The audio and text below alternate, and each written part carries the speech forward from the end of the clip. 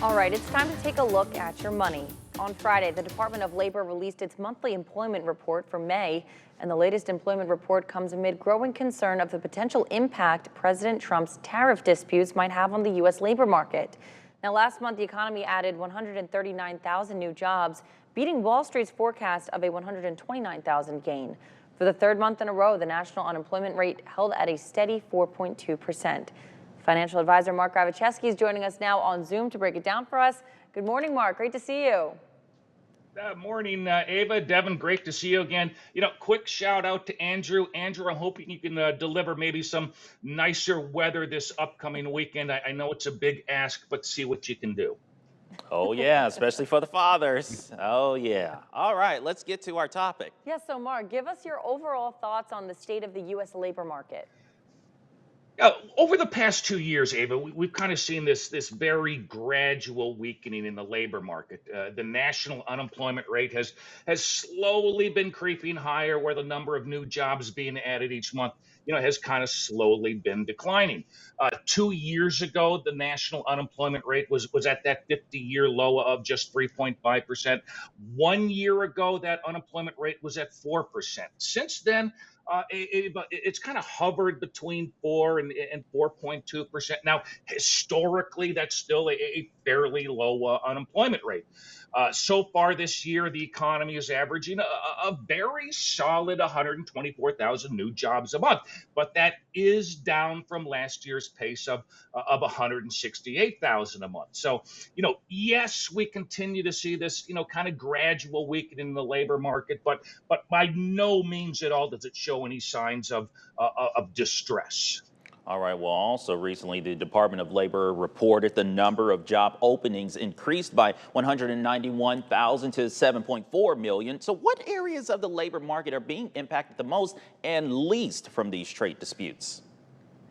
First off, though, those job numbers or the job openings, look, the number of job openings kind of reinforces this broader narrative we're seeing in the labor market. Now, during the height of the pandemic, Devin, the number of unfilled job openings, if you remember, soared to over 11 million. Now, over the past 3 to 4 years, we're slowly getting back to that pre-pandemic level of around 7 million job openings at any given moment in time.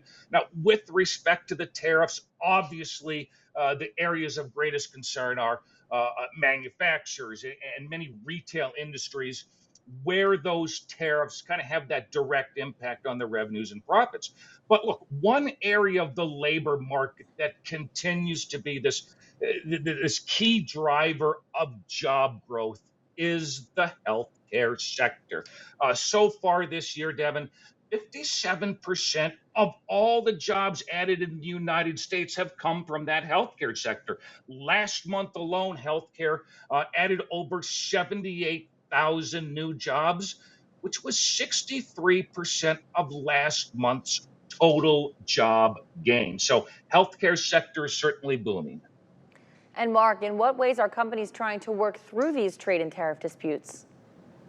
Well, look, Ava, as consumers, when we go to a store, if there's a specific good that now costs 25% more because of a tariff, you and I, or and anybody else, we can simply buy a similar good, either made in the United States or that's imported from some other country that doesn't have that 25% tariff on it.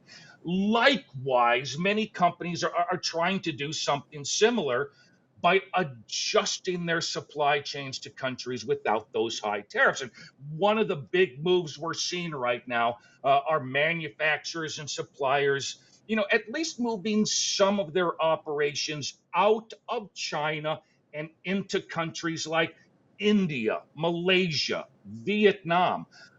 However, finding that alternative source of parts, supplies, materials, inventory is not always an easy process. Look, at the end of the day, these tariffs, do create a lot of uncertainty. How long will they last?